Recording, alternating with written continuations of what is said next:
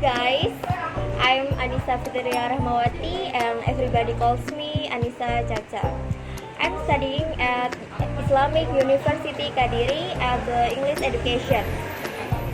My dream is being travel blogger. Why? Because I love traveling and I would like to share the experiences and discovering the beautiful place that never been explored.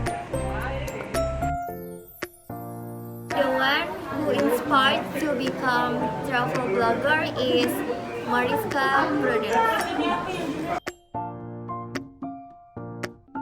At first, I saw her on social media and reviewing about travel blogger. And why am I inspired by her? Because the way she shared the experiences with us, the viewer, is wonderful.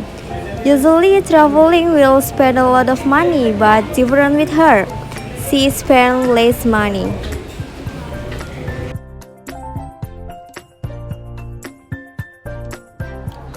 In order to achieve it, I will try to explore some tourism places.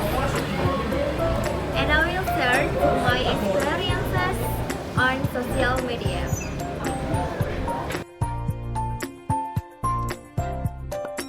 The biggest obstacle I have in order to achieve my dream is I'm a woman because if I alone traveling, it will be dangerous for me.